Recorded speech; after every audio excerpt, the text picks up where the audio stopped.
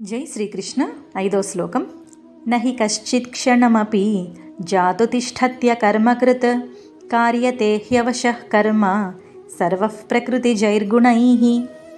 అంటే ఓ అర్జున, ఏ పని చేయకుండా ఎవరు ఒక్క క్షణం కూడా ఉండలేరు. ఎందుకంటే జ్ఞానం కలిగేదాకా మనుషులందరూ కూడా మాయాశక్తి యొక్క వశంలోనే ఉంటారు.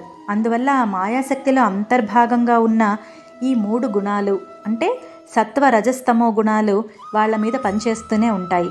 ఆ గుణాల ప్రభావం నుంచి తప్పించుకోవటం వాళ్ళ వశం కాదు. అందువల్ల వాళ్ళు ఎల్లప్పుడూ ఏదో ఒక కర్మ చేసేలాగా ఆ గుణాలు వాళ్ళని ప్రభావితం చేస్తూ ఉంటాయి. కాగా ఈ కర్మలను సర్వాత్మన పరిత్యాగం చేయటం సాధ్యం కాదు కదా.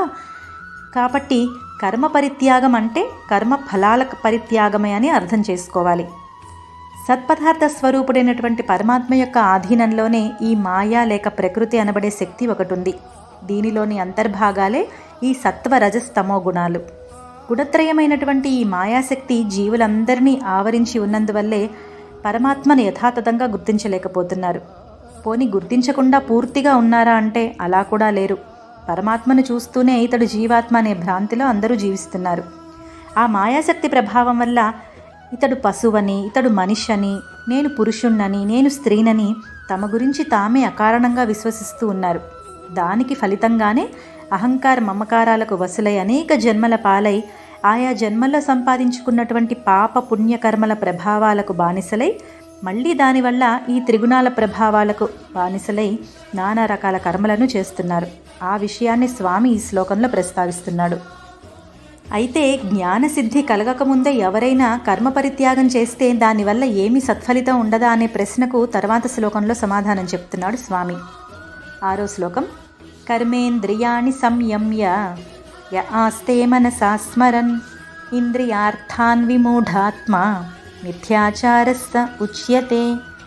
అంటే ఓ అర్జున, కొందరు కర్మత్యాగానికి కర్మఫల త్యాగానికి గల భేదాన్ని మనస్సుకు సరిగా అర్థం చేసుకోకుండా వాళ్ళ యొక్క దశేంద్రియాలను బలవంతంగా అణుచుకొని అన్నింటికన్నా ముఖ్యమైనటువంటి మనస్సుని మాత్రం నిగ్రహించుకోకుండా ఉండలేకుండా ఆ మనస్సులో అనేక రకాల విషయాలను గురించి ఆలోచిస్తూనే ఉంటారు.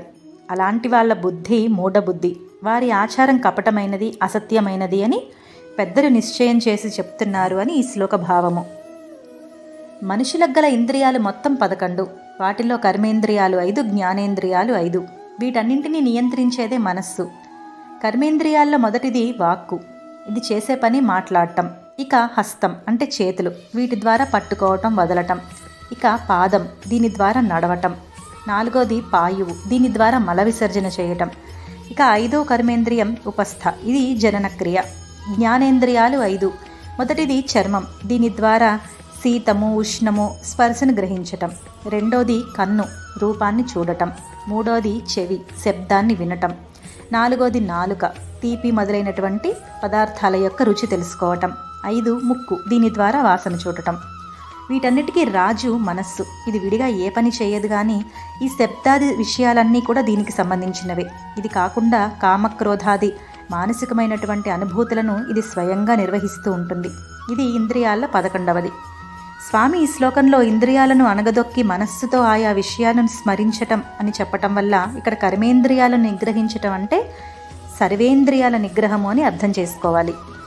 కాళ్ళు చేతులు కట్టేసుకొని కళ్ళు చెవులు మూసుకొని ధ్యానాదులు చేస్తున్నామనే పేరు పెట్టుకొని మనస్సుతో తమ కోరికలను మాత్రం నెమరు వేసుకుంటూ కూర్చునే వారి ఈ కర్మ పరిత్యాగ ప్రక్రియ అంతా అసత్యమైనదని, దానివల్ల అలాంటి వారు సామాజికంగా కూడా ఆధ్యాత్మికంగా కూడా అధోగతి పాలవుతారని స్వామి ఈ శ్లోకంలో హెచ్చరిస్తున్నాడు.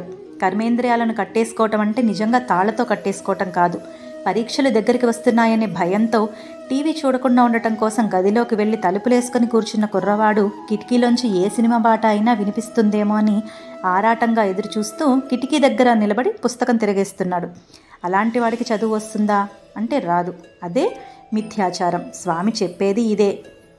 జై శ్రీకృష్ణ.